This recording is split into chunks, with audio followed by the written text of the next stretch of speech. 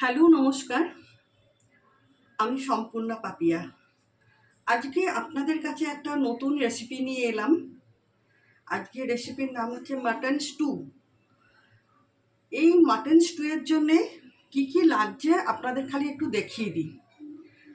সবজির মধ্যে লাগছে আলু, গাজর, বিনস, পেঁয়াজ আর টমেটো। গাজরটাকে আমি এইভাবে কেটেছি চৌকো চৌকো করে, বিনসগুলোকে ঠিক এইভাবেই কাটা হয়েছে, আর পেঁয়াজটাকে কিউব কিউব করে কাটা হয়েছে, আর গাজর আর টমেটো।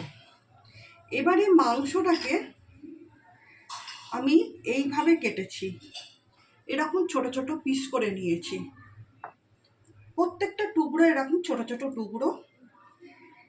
আর মশলার জন্য আমরা যে ফোড়ন দেবো, সেই মশলার জন্য লাগছে, ফোড়নের জন্য লাগছে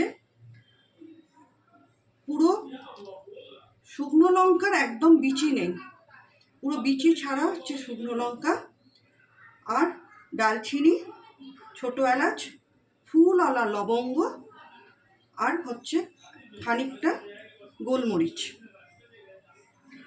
আর লাগবে আমাদের আদা রসুন পেস্ট, খানিকটা আদা নিয়েছি, খানিকটা রসুন নিয়েছি। আর কোনো মশলা পড়বে না এর মধ্যে, কেন কি এমনি এটা খুব হালকা, আর এর মধ্যে কোনো রকম মশলাও পড়বে না, ঝালও হবে না, যা গোলমরিচের ঝাল। তা এবারে আমি আমার রেসিপিটা আরম্ভ করে দিচ্ছি।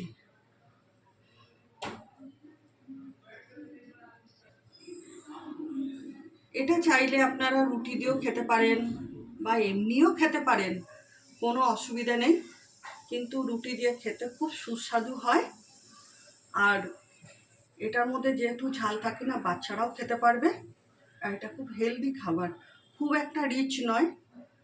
আশা করি এটা আপনারা করবেন বাড়িতে, কিন্তু মনে হবে না যে আপনারা রিচ খাবার খাচ্ছেন।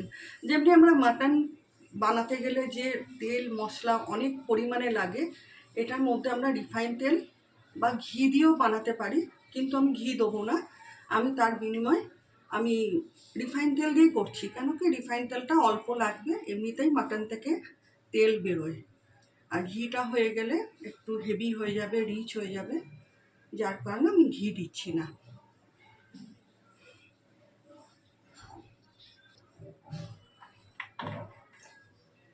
আমি এবার কড়াইতে খানিকটা তেল দিলাম, বেশি তেল দেবো না।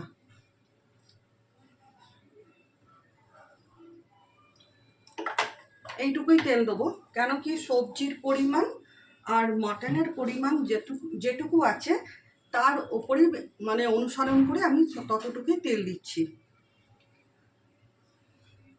এবার তেলটা গরম হলে এই যে ফোড়নগুলো আছে এগুলো সব দিয়ে দেবো।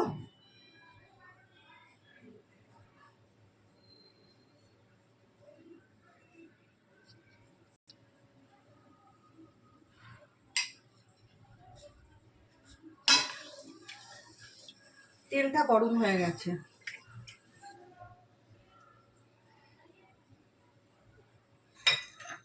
আমি তেলের মধ্যে এই ফোড়নগুলো সব দিয়ে দিলাম।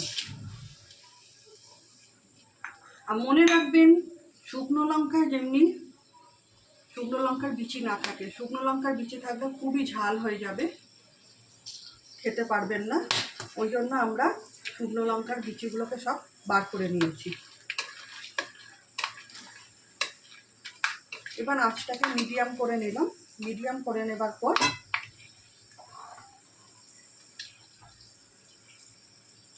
প্রথমে মাংসটাকে আমি দিয়ে দিচ্ছি, কেন কি মাংসটা একটু ভাজা ভাজা না হলে সেদ্ধ হতে সময় লাগবে।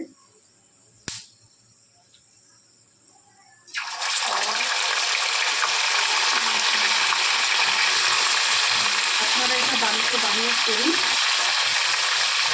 দেখুন খুব সুন্দর খেতে হবে।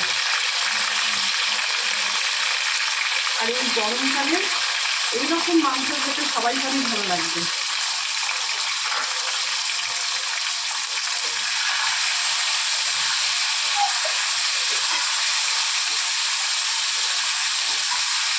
এটা মাটন দিয়ে হয়, আমি তো মাটন দিয়ে করছি, এটা চিকেন দিয়েও হয়, যে যেরকম পারবে করতে পারবে। তো মাটন দিয়ে করলে একটু বেশি টেস্টি হয়। চিকেনের টেস্ট আলাদা, মাটনের টেস্ট আলাদা। তো মাটন দিয়েই আমি করি, চিকেন দিয়ে খুব কমই করি আমি।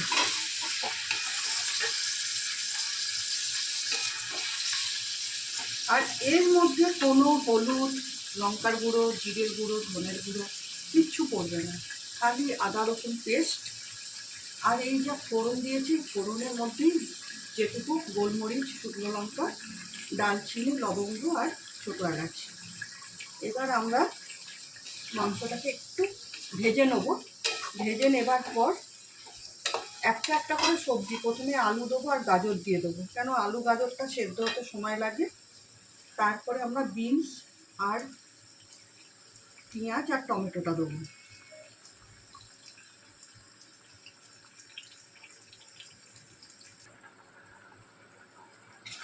এবার মাংসটা খানিকটা ভাজা হয়ে গেছে। এবারে আমরা একটা একটা করে সবজি সব দিয়ে দেবো। আগে আলুটা আর গাজরটা দিয়ে দেবো, যাতে এটা তাড়াতাড়ি সেদ্ধ হয়।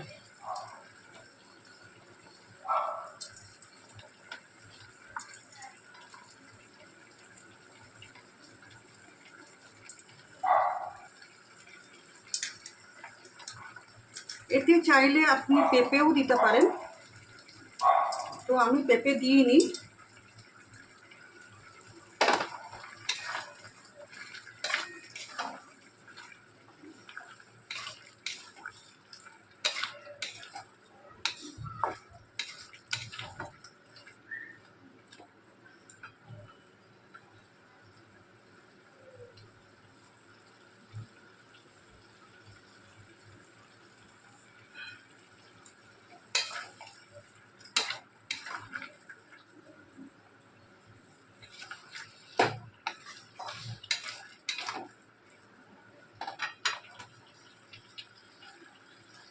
আমি এর মধ্যে বিনসটাও দিয়ে দিচ্ছি,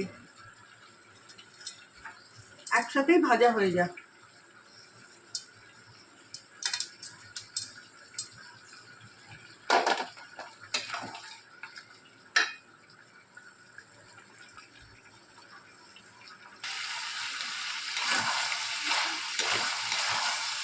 এবারে আমি এই পেঁয়াজ আর টমেটো দুটোই দিয়ে দিচ্ছি, তার সাথে আদা রসুন পেস্টটাও দিয়ে দেবো, দিয়ে একসঙ্গে কষবো।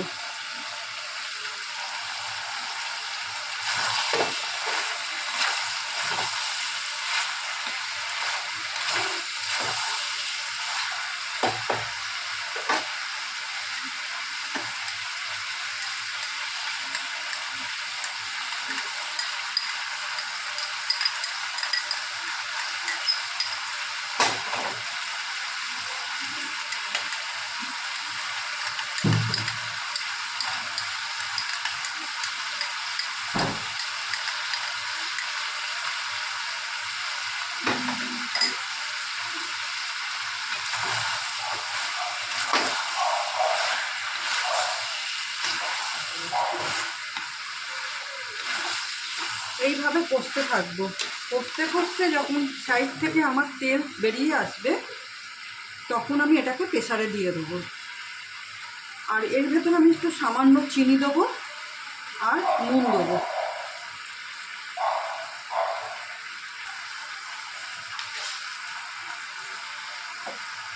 টেস্টটাকে ব্যালেন্স করার জন্যে আমি একটু সামান্য চিনি দিয়ে দিলাম।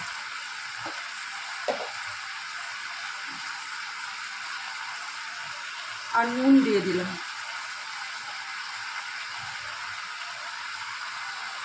নুনটা প্রয়োজন মতন দিলাম, যতটা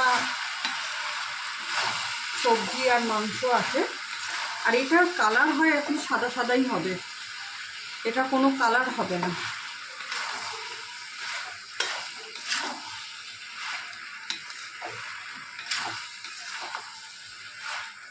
এইভাবে আমরা কষতে থাকবো। কষতে কষতে যখন তেল ছাড়বে,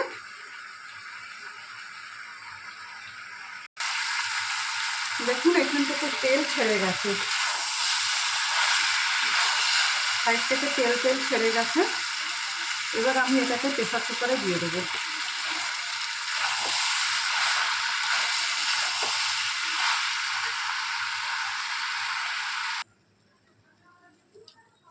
এই দেখুন এখান দিয়ে তেল বেরিয়ে গেছে।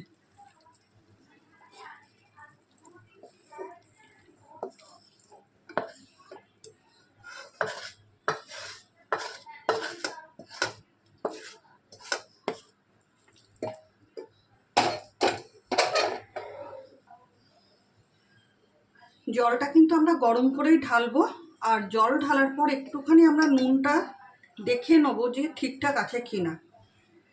এবার এটা সেদ্ধ হয়ে যাবার পর একটা বাটিতে খানিকটা দুধ নেবো আর একটু কর্নফ্লাওয়ার নেবো।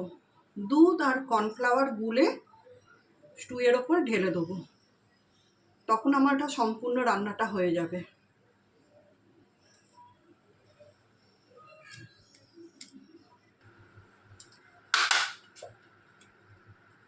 এবার দেখুন আমি এখানে দুধ ঢেলে নিলাম।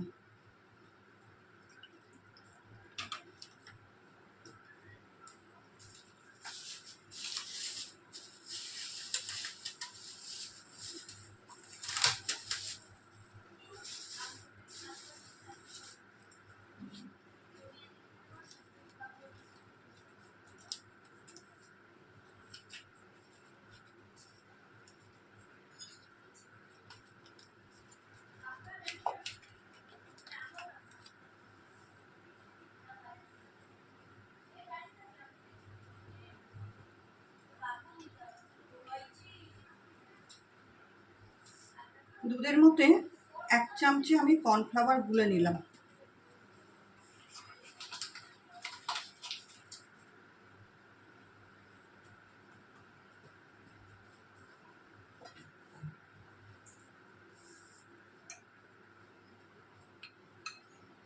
তো গরম দুধে না, ঠান্ডা দুধের ভেতরে আমি 1 চামচের মতন আমি কর্নফ্লাওয়ার গুলে নিলাম। গুলে এবারে আমি এই দুধটা এর ভেতরে ঢেলে দেবো। আর বেশি কর্নফ্লাওয়ার দেবেন না, কেন কি এটা প্রচণ্ড গ্রেভি হয়ে যাবে, ভারী হয়ে যাবে আর মোটা ঘন হয়ে যাবে।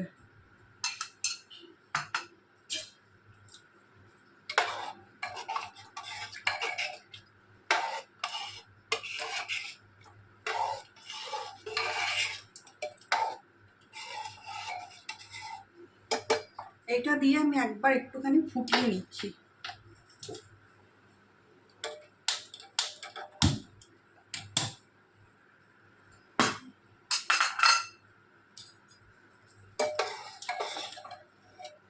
জাস্ট একটুখানি ফুটিয়ে নেবো, আর কোনো প্রেসারে আমি বন্ধ করব না।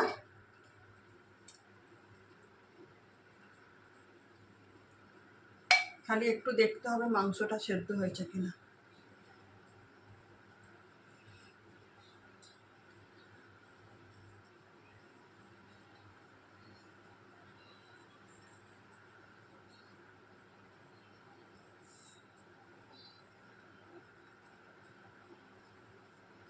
হ্যাঁ, মাংসটা সেদ্ধ হয়ে গেছে।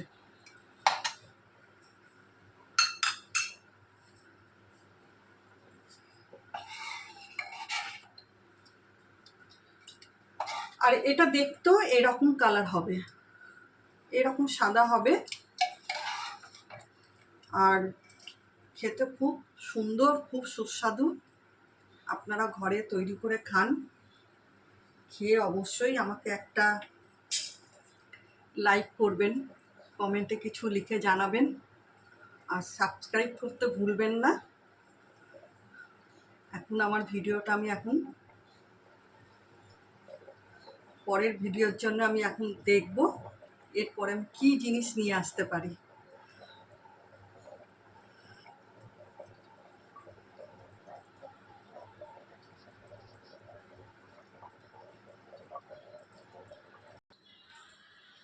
দেখুন আমার স্টুটা পুরো রেডি। এইভাবেই আপনারা বাড়িতে বানিয়ে খাবেন আর খেয়ে জানাবেন, অবশ্যই জানাবেন। এর পরের ভিডিওর জন্য আমি রেডি থাকবো। এখন রাখছি, নমস্কার।